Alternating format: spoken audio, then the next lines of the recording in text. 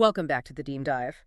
Our mission here is, well, it's pretty simple. You give us the sources, all the research, the notes, and we distill the most critical and often pretty surprising nuggets of knowledge into a focused conversation, just for you. And today we are tackling a subject that really, it defines the aspirations of so much of modern life. We're talking about financial independence. FI.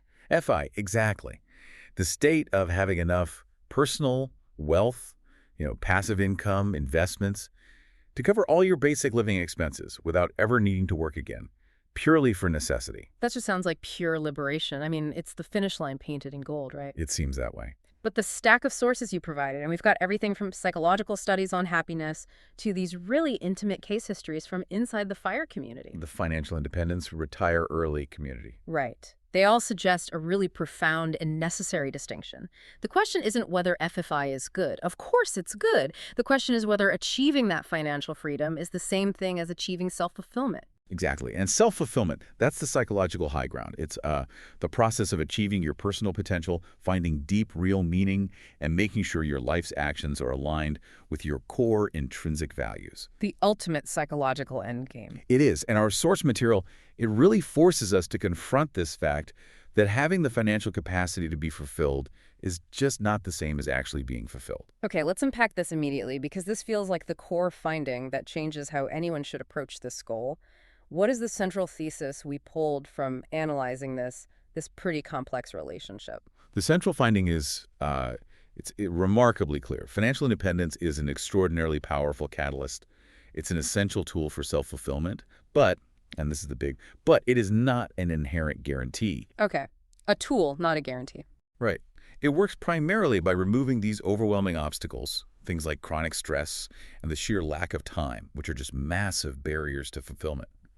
But the sources consistently show that once those obstacles are gone, the individual still has to actively design and pursue meaning. So if you lacked purpose or passion or strong relationships before you hit your number, the money will not magically deliver them afterward. It just won't. So FI doesn't solve the why, it just frees up the time to find the why. It's the rocket fuel, as we often say, but without a flight plan, you're just a very expensive, very powerful paperweight. That's a perfect analogy. Let's jump into section 1 then, the essential freedoms.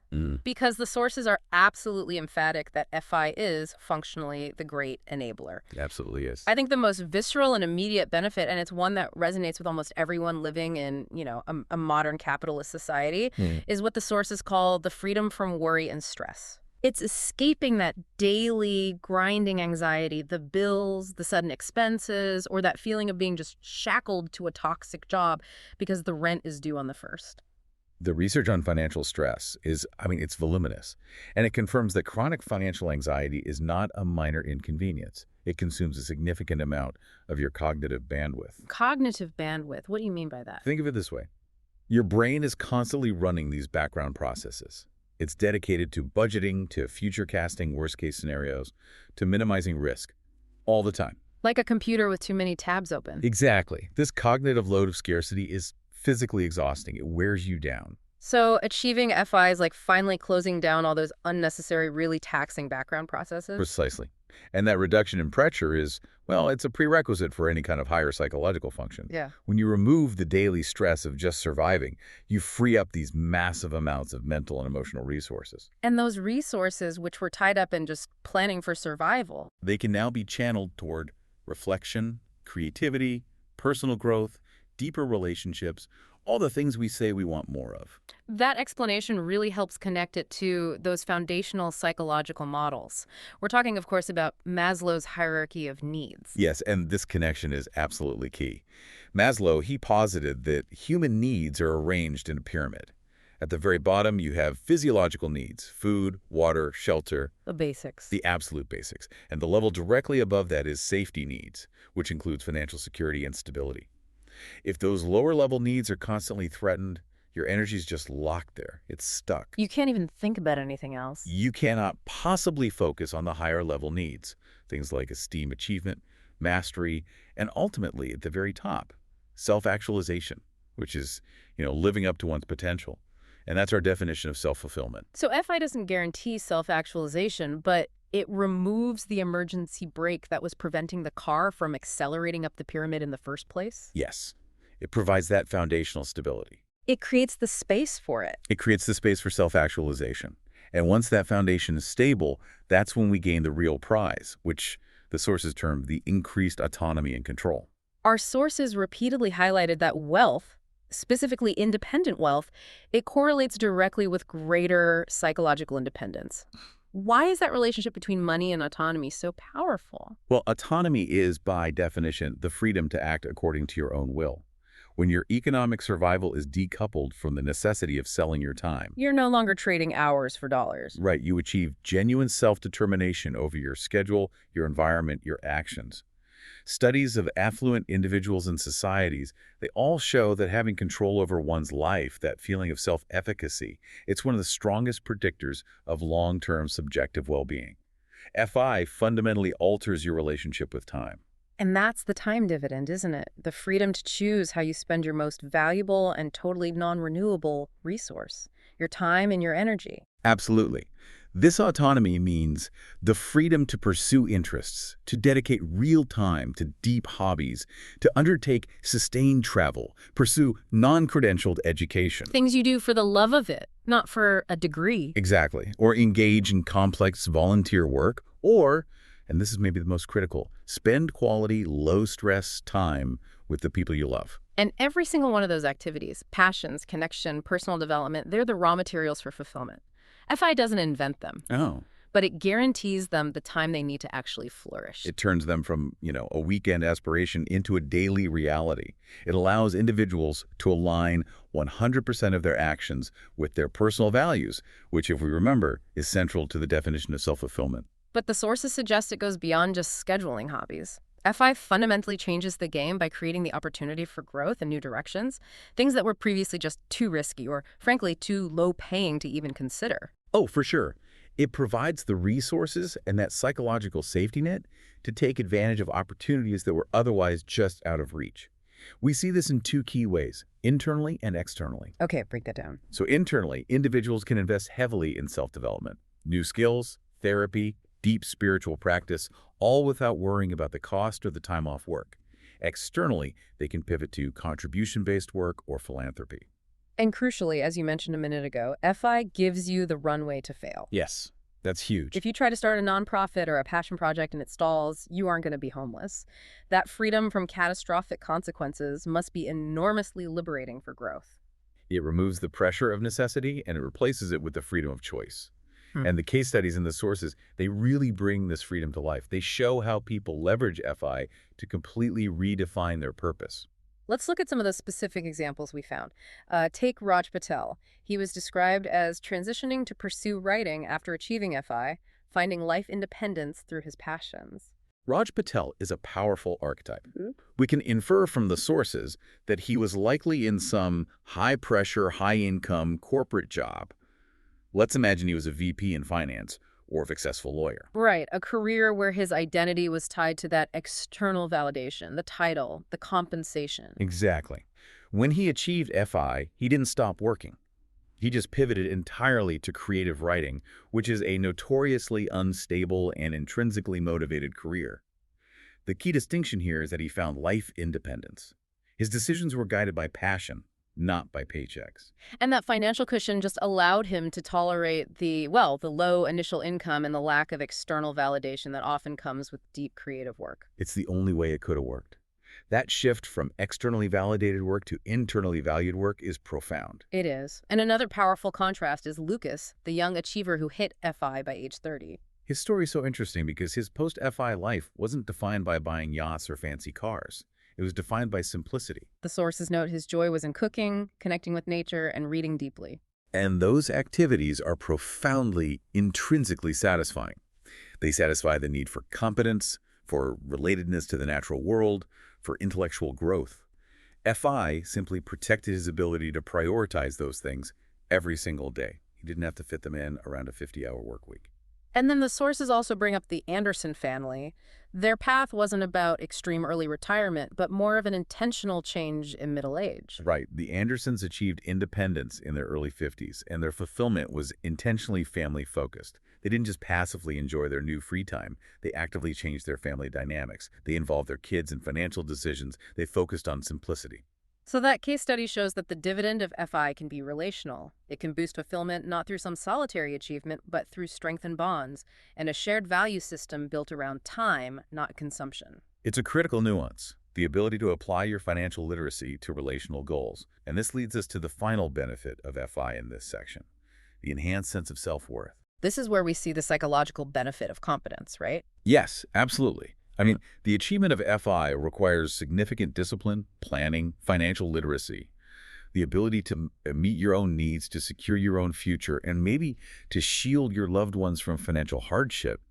That contributes deeply to self-worth and self-efficacy. Self-efficacy being the confidence in your ability to manage life effectively. Exactly. It's the pride of mastery, essentially. You've mastered the rules of the economic game, and that internal accomplishment, it translates into general life satisfaction. It elevates your sense of control. Okay, so Section 1 confirms it. FI is a massive upgrade to life. It provides security, autonomy, time, the potential for real growth. It removes the barriers that stand between most people and self-fulfillment. It does. But, and this is where our deep dive really pivots, removing the barriers is the easy part. If you clear the road but you don't know where you're going, you're just standing in the middle of an empty field. A very comfortable empty field, but empty nonetheless. Here's where it gets really interesting. Let's move to Section 2, the critical limitations. Why does the research show that money alone, even in abundance, leaves this psychological void? The primary post-FI challenge, and it's documented extensively in the case histories, is what we're calling the purpose and meaning deficit. The sources confirm that just having a full bank account and a completely empty schedule does not automatically generate a sense of purpose. Tell me more about why that void forms. I mean, shouldn't the freedom itself create purpose? You'd think it would. You would think so. But fulfillment psychologically requires contribution. It requires engaging in goals that are larger than your own immediate comfort. When the external structure of work is removed, the deadlines, the teamwork, the mission, even the annoying boss. A thing you thought you couldn't wait to get rid of. Yes. Many financially independent people report struggling with deep emptiness, with boredom, or just feeling directionless. The accumulation phase gave them a clear, measurable goal, the FI number. Once that goal is met, and there's no intrinsic replacement, the void is revealed. And this vacuum often triggers an identity crisis. This was noted particularly among individuals who really define themselves by their professional achievement, like high-power entrepreneurs or those early retirees in the hyper-focused FIRE movement. Yes, if your entire identity was leading engineer or successful business owner, what happens when you no longer perform that role? The sources highlight that the sudden loss of a professional identity leads to this emotional ambivalence, a struggle to construct a new sense of self. They realized that while they hated the job, they depended on the identity and the sense of accomplishment it provided. Precisely. The money was just the score. The game itself gave them meaning. Wait, okay, if FI truly means greater autonomy and the choice to pursue anything, shouldn't that sheer freedom itself be intrinsically satisfying? Why does the abundance of choice become a burden for some people? That's an excellent probing question. The problem lies in the transition from extrinsic goals to intrinsic satisfaction. And that brings us to the core psychological mechanism at play. FI is, by its very definition, an extrinsic goal. It's measurable, it's external, it's objective, it's a number in an account. Fulfillment, however, is driven by intrinsic motivations. Internal satisfaction, the joy of the process, growth, connection. So you successfully check the objective external box, but the internal system, which feeds on meaning and challenge, remains starving. Absolutely. And the joy you get from hitting that extrinsic goal, the FI number, it's temporary. Yeah. And that is where the psychological concept of hedonic adaptation becomes the great spoiler. Okay, let's spend some real time on this, because this concept feels key to understanding why FI is not a guarantee of happiness. What is the mechanism of hedonic adaptation? Hedonic adaptation is the human tendency to quickly return to a relatively stable level of happiness. Despite major positive or negative life events, we adapt incredibly rapidly. We just get used to things. We get used to things. When you achieve HEFMA, you get an initial massive burst of positive emotion, the honeymoon phase. You revel in the freedom, the lack of commuting, the endless weekends. However, the studies show this phase. It only lasts a few months. So the brain just registers the new financial security as the new higher baseline. It's not special anymore. Precisely. That security moves from being a wonderful novelty to just the assumed background condition of your life. Yeah. And the psychological utility of that money, the sheer joy it provided, it diminishes significantly. So your brain, adapted to this new comfort, starts searching again for what? The novelty, the challenge, the meaning, the status that drove it before? Exactly that. And if the individual hasn't consciously created new intrinsic goals, like a passion project or deep community involvement, the brain will register this new, comfortable life as simply boring. That's incredibly disheartening. The very thing you worked so hard for loses its flavor so quickly unless you actively introduce something new. It forces the search for purpose. Intrinsic goals, mastering a difficult skill, deepening a relationship, contributing to a community, they're generally more resistant to hedonic adaptation because the satisfaction comes from the continuous process and the growth, not the static end state of a bank account. Beyond these internal psychological issues, the sources point out a really shocking social disconnect, highlighting the fragility of relationships and community post-FI. Strong social connections are not just nice to have. They're a fundamental human need and a huge predictor of fulfillment. FI doesn't inherently improve your relationships, and it can, ironically, place massive strain on them. Why would financial freedom strain relationships? I mean, shouldn't it make them easier? You have more time for people. You'd think so, but the sources cite a few reasons. First, diverging lifestyles and values. If you retired at 40 and your entire social circle is still working 60-hour weeks, your shared context just disappears. Right. You want to travel on a Tuesday, they're stuck in meetings. Exactly. Or you want to dedicate time to volunteering and they're still focused on paying the mortgage. And second, there's the green-eyed monster. Even close friends can struggle with envy or feel alienated by the extreme frugality or aggressive saving habits it took to get you to FI in the first place. It can make it really difficult to maintain that genuine connection. This leads to the shocking insight that was mentioned in the research. The loneliness factor revealed at these retreats specifically for FIRE participants. This was one of the most sobering findings in all the source material. These were structured retreats where attendees, often successful, financially secure people from their early 20s to their 60s, they all gathered. And what they ended up discussing was not investment strategies. What was it? Profound emotional challenges, struggles with family trauma, intense feelings of loneliness, deep-seated identity crises, post-independence. Wow. So they solved the money problem only to find they hadn't solved the life problem. Exactly. The sources emphasize that community support and dedicated social structures became necessary for life improvement. These financially independent people weren't talking about compounding interest. They were setting up accountability buddies and seeking help with simple things like maintaining motivation or just structuring their week. That's powerful. It shows that even absolute financial freedom cannot insulate you from the need for meaningful, shared human connection. The psychological cost of isolation is real, regardless of your wealth. That turns the assumption that time freedom equals relational freedom completely on its head. It serves as a necessary warning. And we can't ignore the opportunity costs and misaligned priorities that happen during the FI accumulation phase itself. This is the cost of the chase, right? That intense drive for high savings rates, sometimes on modest incomes, it has to come at a cost. It does. The pursuit often requires years of intense financial focus, potentially requiring the sacrificing of fulfilling activities, hobbies, mental health investments, crucial relationship maintenance during the very years they are working towards the goal. So the sources highlight this as a major potential pitfall of the extreme FIRE sub-movements. The intense focus on frugality and saving can become psychologically damaging if it consistently overrides everything else in your life. Yes, you might achieve FI, but you did so at the expense of your marriage or your physical health. You've successfully removed one problem, but you've created 3 new ones. And we have to reiterate the critical mental health note here. FI is not therapy. It is not. Quitting a job, however stressful that job was, does not cure underlying issues. High achievers who tied their self-worth to career status or productivity. They often struggle the most without that external validation mechanism. So individuals have to actively seek experiences that foster genuine personal growth, self-compassion, and address their psychological needs directly, regardless of their bank balance. The money offers a buffer, but it's not a cure for chronic anxiety or depression. So Section 2 confirms the necessary conclusion. Financial independence is powerful, but it is insufficient. Let's pivot now and look at the actual data. When scientists try to measure happiness and wealth, what do the numbers truly say? We move now to the quantitative analysis, specifically looking at financial satisfaction versus overall life satisfaction data. And the finding is consistent.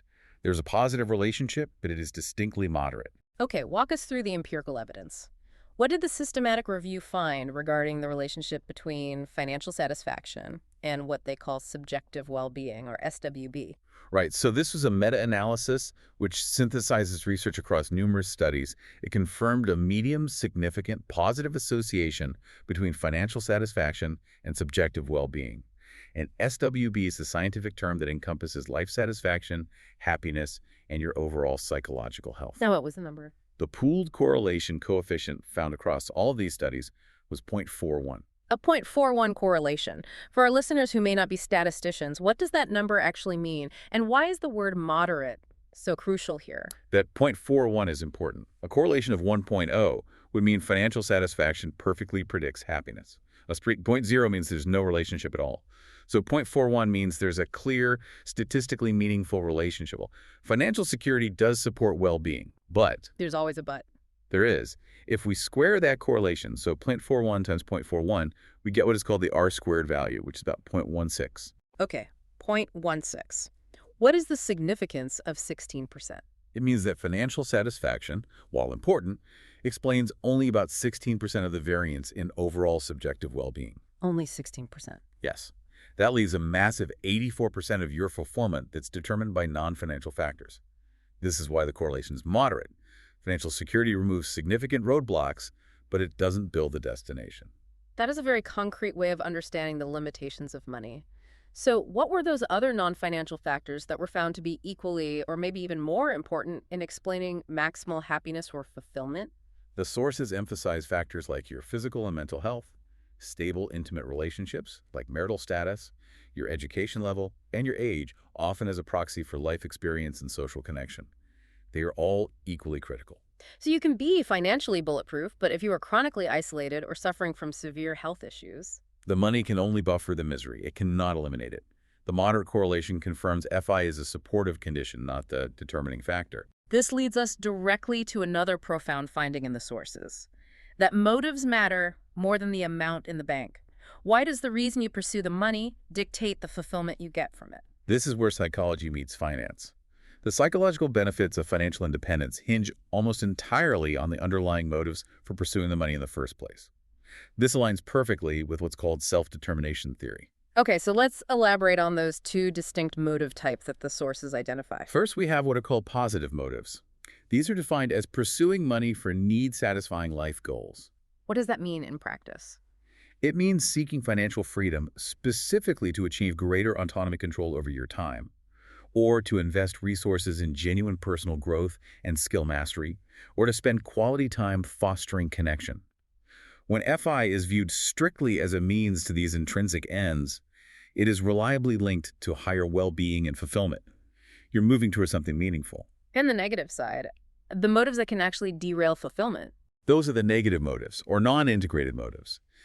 This is when you're pursuing money primarily for status, for external validation, for keeping up with the Joneses, or simply escaping a bad job without a clear replacement purpose. And the sources suggest that pursuing wealth for these reasons is associated with ill-being and lower self-fulfillment, even after you succeed. Yes. Why is that? I mean, if I get external validation, shouldn't that feel good, at least for a little while? It feels good momentarily, but external validation is a bottomless well. Money often facilitates the constant comparison game. If you achieve FI to prove you are superior or to seek status, you will immediately find someone else who has more, or who retired earlier, or who's traveling to a more exotic location. So this extrinsic status-seeking pursuit, it relies on external metrics which are infinite. Ensuring the internal self is never truly satisfied. You're constantly running away from fear, or you're running towards someone else's definition of success. That truly reinforces the idea. FI has to be a means to an intrinsic end. It's about the quality of the life you want to live, not the numerical score you achieve. Absolutely. And the case studies of intentional fulfillment, they bear this out. We see these wonderful examples of people who intentionally design purpose post-FI, transforming the tool into true, lasting fulfillment. We mentioned the Anderson family finding joy in simplicity and family connection, but let's dive deeper into Martha Sullivan, who leveraged her journey to help other people. Martha Sullivan achieved independence in her late 40s or early 50s. She didn't just retire quietly. The sources highlight that she found immense strength and purpose by publicly sharing her financial journey, the strategies, the struggles, and the subsequent psychological challenges on a blog. And how did that create fulfillment for her? Her fulfillment came through contribution and sharing.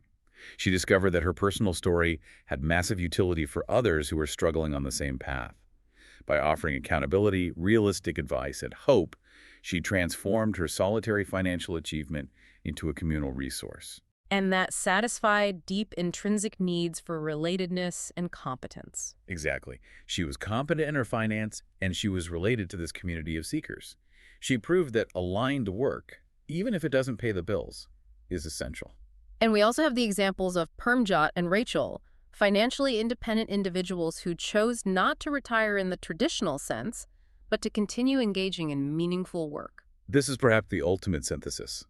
They demonstrate that the goal isn't necessarily the total cessation of activity, but the total freedom to choose the impact of that activity. So Permjot focused on pro bono work. Right, work that aligned with his core values, offering his expertise where it could do the most good, completely divorced from the necessity of high billing rates. And Rachel used her skills for coaching others, helping them navigate the psychological pitfalls of wealth and career transition. They successfully decoupled the work from the income requirement, which allowed the work to be purely driven by purpose. Their purposeful engagement is the key. They maintain the sense of structure, contribution, and accomplishment that work provides, but now with 100% autonomy and alignment. This just proves that intentional design and a commitment to contribution are far more crucial for fulfillment than the size of your initial retirement nest egg. So the empirical evidence and the case studies, they all converge on one point. The financial foundation is essential for security and autonomy, but the purpose, the motives, the quality of your relationships, and the intentional design are what turn mere security into profound fulfillment. That's the critical conclusion. The money buys you the canvas and the paints, but you still have to be the artist and paint a meaningful picture. Let's synthesize these findings now and move into Section 4, focusing on actionable takeaways for anyone who is currently pursuing financial independence. We need to define what a successful, fulfilling, post-FI life really looks like. Sounds good. Based on everything we've reviewed, the key shift is redefining financial independence not as a destination, but as a sophisticated tool set. Absolutely. We have to stop talking about FI as an end goal and start viewing it as a powerful tool and an enabler. It provides the resources, the protected time, the mental clarity, the psychological runway to explore your potential without the crushing pressure of necessity. So the shift in focus has to move entirely from accumulating the final dollar amount To clearly defining how you intend to use the time and resources provided by that financial cushion. It's the difference between asking, what is my magic number, and asking, what specific, meaningful challenges am I prepared to take on once my time is my own? And that second question is infinitely more critical for long-term fulfillment. And that critical transition reveals that self-fulfillment requires things beyond the bank account. We can identify 4 essential psychological requirements that have to be cultivated, regardless of your net worth. Okay, let's outline the curriculum for a fulfilling life post-FI. First is introspection. You need to know yourself. You have to identify what genuinely brings you meaning, independent of external expectations, social validation, or salary. The real question is, what would you do if money were no object and nobody was watching? Second, Alignment. mm-hmm. This is ensuring that your daily actions, post-FI, resonate deeply with your core values. If your core value is environmentalism, your fulfillment will come from actively pursuing conservation, not just passively watching nature documentaries. This requires continuous self-assessment. And the third requirement speaks directly to that shocking loneliness factor we discussed earlier. Cultivation. You must actively build and maintain deep, reciprocal relationships and community connections. Financial freedom does not excuse you from the necessary and sometimes difficult work of showing up for people, investing emotionally, and being vulnerable. Money cannot buy true relatedness. And finally, the antidote to hedonic adaptation and the purpose deficit. That is engagement. You must commit to continuous personal growth, intellectual challenge, and purposeful activities. Fulfillment requires a dynamic state. If you stop learning, if you stop challenging yourself with projects, or you stop contributing, the freedom you've acquired will quickly lead to psychological stagnation and a sense of drift. This speaks directly to the importance of balance that was mentioned in the sources. The pursuit of FI itself can become the very thing that prevents fulfillment if it's pursued too aggressively. The sources stress that financial goals must coexist in a harmonious balance with other fundamental life domains, especially health, relationships, and mental well-being.